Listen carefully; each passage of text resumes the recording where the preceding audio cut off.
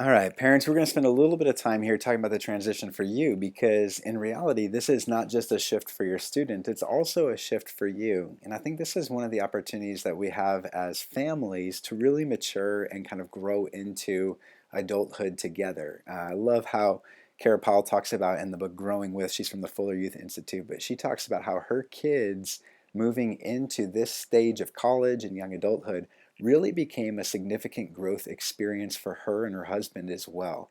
And they use that phrase growing with, that they were growing with their kids in the midst of these changes and transitions, and they embraced it. And so I want to talk about three different parenting approaches with regards to hitting the 5 milestones. And students, you get to eavesdrop in on your parents here tonight on the webinar, or you can go grab a bowl of ice cream or something and come back. But I want you guys to hear this together because I think it's valuable in crafting and maybe even giving some language to the conversation to come in the coming months and years. So as a parent, I think there are three kind of primary roles that we play. We play the role of captain, the role of coach, and the role of cheerleader in our students' lives and our young people's lives. And I think actually each of these, if you're following kind of along the Eastview pathway or the parenting plan, the family ministry plans we have, these all kind of correspond to different developmental phases that your student has gone through.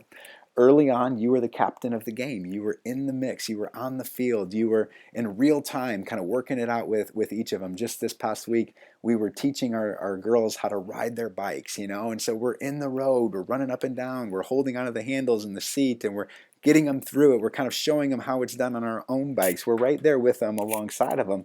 But usually around junior high age, you start to notice your kids kind of push away a little bit. They give you a little bit more resistance. And this is where the church becomes such a great partner in bringing forth that secondary, third, and fourth voices into the life of your student. But you notice probably some shift in that role from captain over to coach. Now you're a little bit more on the sidelines. And as a coach, you still have a lot of authority. You have a lot of authority over your junior high students to, take them to a place or not take them to a place, to pay for something or not pay for something, to fill the fridge or not fill the fridge.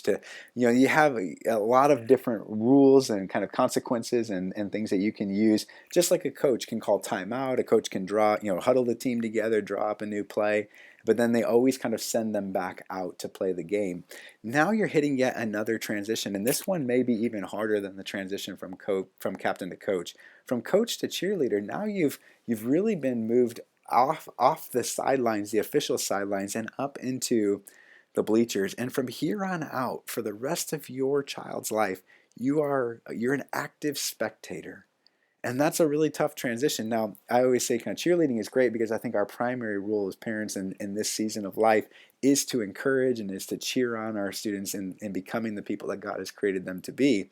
On the other side, as a spectator, you can always let out a boo if you need to. You can let them know if there are decisions and things that are being made that really are not helpful to them or to society at large. And so don't feel like you've lost that ability to bring forth some awareness of consequence or to talk in a way that might be corrective with your student. You can always voice that, but the layers between you and the game have now been widened. And so I want to talk about the 5 milestones with each of these, with kind of that cheerleader image in mind for you as parents as you navigate this transition. So when it comes to mission, your student is uniquely designed and destined by God to do something. Ephesians 2:10 says that God has created us. He saved us by grace, and He's created us for good works that He's prepared in advance for us to do. We talk a lot about Psalm 139 and how it talks about the ways in which we're made. And really, as your student is on mission, they're discovering in this next phase of life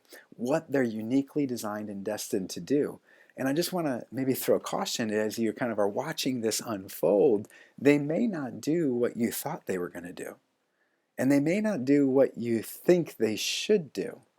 I think there's a shift that happens here in which you as a parent, you can hold your student accountable to their mission, but you've lost the authority to decide what their mission is going to be.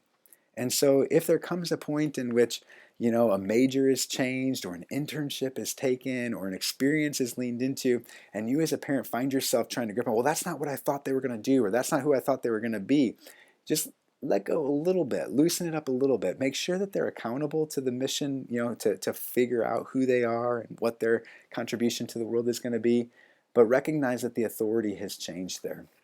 When it comes to mortgage and finding a home, this can be tricky because they may not live where you want them to live.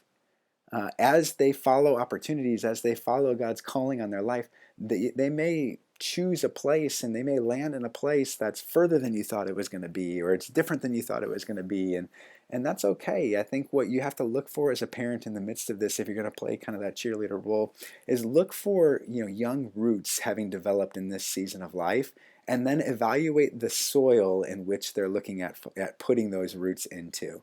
Rather than tell them where they should live or tell them how they should go about finding their home, or doing all that stuff. Look to see if they're developing the necessary roots, and then do help them to evaluate and kind of do an assessment of the soil to see if there's going to be a mutually beneficial pairing of that child, that student, with that home, that location. Marriage is an interesting one, because this really is, for many parents, the first true experience of leaving and cleaving. Your student, your young adult, is going to experience, hopefully experience, if they are called into marriage, covenantal love.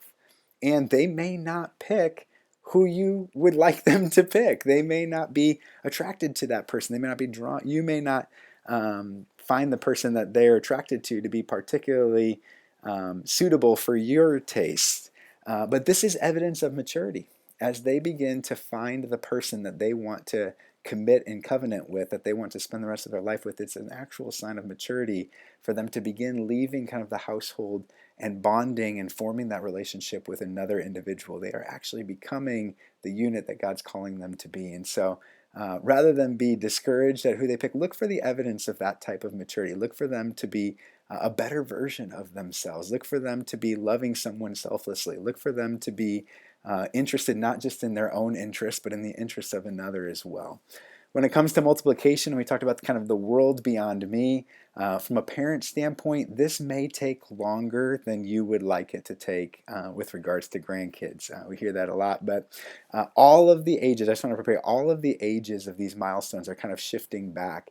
And in fact, the average age for parenting now is moved into really the upper 20s. And so if you thought your kid would graduate college, get married, buy a house, have a job, and start giving you grandkids, it's probably going to take the rest of this decade of the 20s before they hit that part of the milestones. But many young people, especially young adults, are showing an aptitude or an investment in the next generation prior to having their own kids. And so when you see that, cheer that on. It may be longer than you planned before becoming a grandparent, but look forward to them being invested in children's ministries and in organizations involving kids and saving kids and orphans around the world. Like, there's just so many other ways in which young people are expressing that multiplication mindset. And then finally, when it comes to money, in all reality, money is probably the primary thing you and your student will fight over as they make this transition. And I will say this too on behalf of parents. This is probably the thing that parents leverage more than anything else. And that can just be really harmful and really damaging to the relationship. And so try not to hang money over their head, especially if your student is still financially dependent on you going through college or going through this next phase. Look for little ways to help them step toward financial independence. And Mark Zimmerman tonight in our webinar is going to talk more about the philosophies and the practicalities of growing in that maturity. But I just want to remind you as parents that the goal is for them to step into the next chapter with confidence when it comes to finances, and fights over money and making them feel small or little or childish with regards to how they still need or are still dependent upon your resources can really be damaging to the relationship and may create a longer financial dependence than you want to bear as a family. And so we'll get into some questions now, and then Mark will address some of those things later in the webinar tonight.